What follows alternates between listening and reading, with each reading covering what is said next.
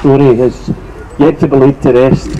And the day that we see Scotland in the state that Wallace wished for her to be in is the day, I think, that, you know, he'll never go away from our memories. He'll always be there, and he'll always be this guardian that watches over our country. But certainly his story is not one of history or the past. His is an ongoing story. And as most of you know, this is the spot where he actually saw the first light of day. And the actual original house stood somewhere here. There was an archaeological dig done in the early 90s, and they actually found the remains of the house where he was born, and there was pottery that dated from the late 1200s and things like that. But as you can see, we've been lucky. Scottish God smiling down at us today, and I'm just looking around all the flags, but I don't think I see any Libyan flags anywhere. But there we go. Strange but true. Now, as you know, this is a patriotic event. You know, there's no point in preaching to the converted, and I think that makes perfect sense to every one of us, you know. And we try and make this about Scotland, and the very core of it, and our patriotism comes to the fore. And there's a friend of mine's here, Malcolm McNeil. He comes from Glenbranta, which is near Dunoon, so almost a Teuchter, Malcolm. So almost a Teuchter. And but before Malcolm comes on, we're about to lay the wreath. Sean Duncan's just nudged me in the back. And, could we have a piper forward for the lament, please? And just before he does, can I hear a big hand for the Kilbarcan Pipe Band who've helped us out again?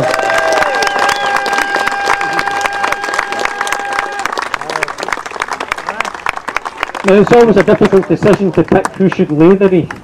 But there's a lady I know here who has travelled all the way from Florida and has a good Scottish border's name.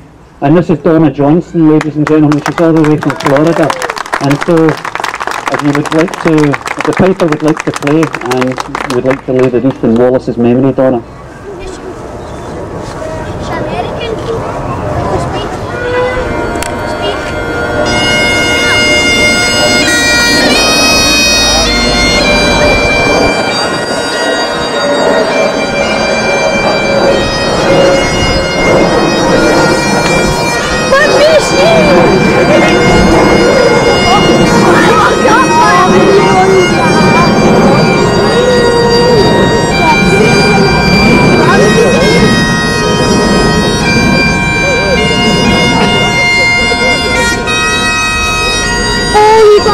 You shouldn't have been back. Here, mate.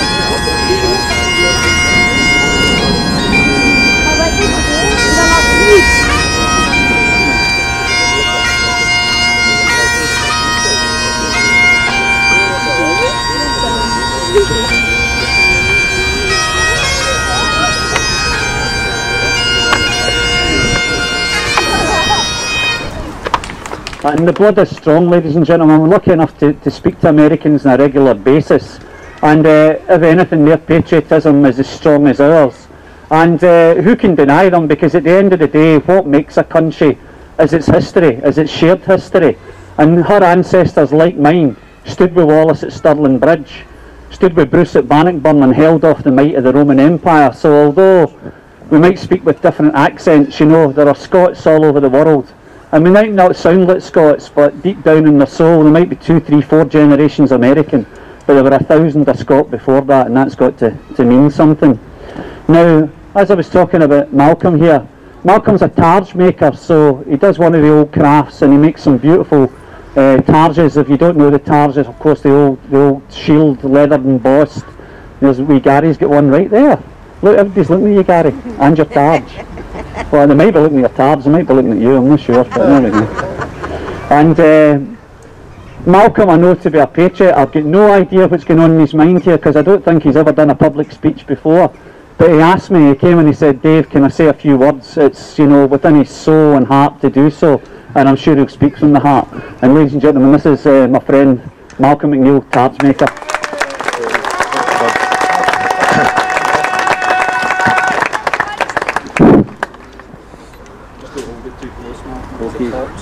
Okay, bud.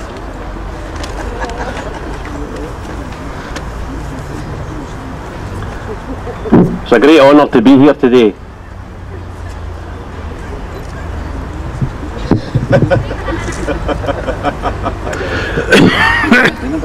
think it's alright there now, but I'll just turn that wee bit. That's great, I'll turn it back up. There we go. It's not easy being 5'7". Sir William Wallace. Wallace! Wallace! Wallace! What a name! His name has echoed through the pages of history and recorded as far back to his first actions in 1297, his fight in Lanarktown, and then his fishing trip to the waters of Ayr, being bullied by English soldiers demanding his catch. He sorted them out. 739 years ago, he was born in the arms of Alan and Margaret Wallace, where he took his first breath of good Scottish air, right in this spot. This boy was selected in the laws of fate and destiny to leave his mark in Scotland and the world. His name represents patriotism to Scottish people around the world. He was a patriot, no doubt about that. The Wars of Independence and Wallace and Murray, what a chapter in our history. Andrew de Murray was a great man, a great patriot. Myself and my friends were taught nothing in Argyll of these times. When I discovered that Wallace came from Elderslie, I thought that was the reason why I did not get educated about Wallace in Argyll.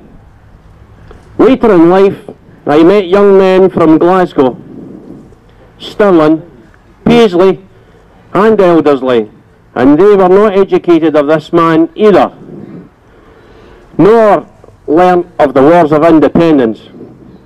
Thank goodness the great Nigel Tranter wrote the Wallace. Like many young boys, at the age of 12 in Scotland, I was given a book called The Wallace. My father said, "You need to read about William Wallace." That opened my eyes to this great man. Since then, many men, including myself, have cried tears and hold proud our heads high. You are a patriot when you cry for Sir William Wallace and Scotland.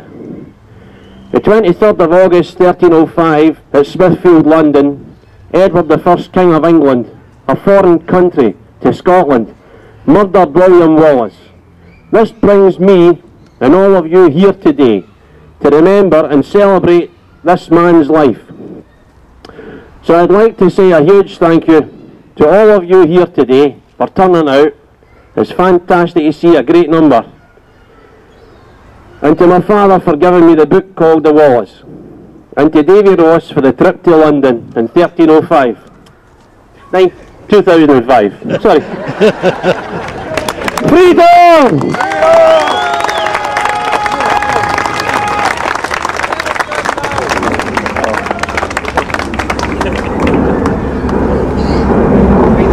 Secret's out now. I was there at Stirling Bridge. I'll show you the scars later. Now, we just wait for the plane to go over here. So, we fly past that. Unfortunately, it's red and white. Nice blue and white plane would have been better. Now, the next guy I've got up speaking, I've heard speak many times before. Ken Shearer. An awful lot of you might not be familiar with Ken, but Ken is Grand Master of his own particular branch of the Knight Templars, and Ken speaks with a great passion, and he's a quiet man. He's a quiet man, but what he says from the heart, and I've often listened to what Ken has said and it's really struck a chord in me, and I think it's only right that he should get a chance to speak at the place where our great Patriot son was born. And I'd like to now hand you over to Ken Shearer.